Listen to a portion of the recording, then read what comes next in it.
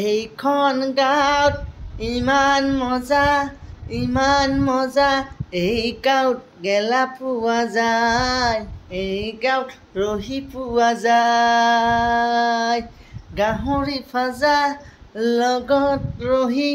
ইমান মজা নিচাহৰ পাছত আউল বাউল বকি কিমান মজা ঘৰলৈ আহি তিৰি চলিৰ গালি তিৰি চলিৰ মাইৰ খোৱা কিমান মজা যোনে খাইছি শুনে জানে কিমান মজা ঐ কিমান মজা আৰু নেখাও বোলে ৰাতিপুৱা দৌৰ মাৰে গেলা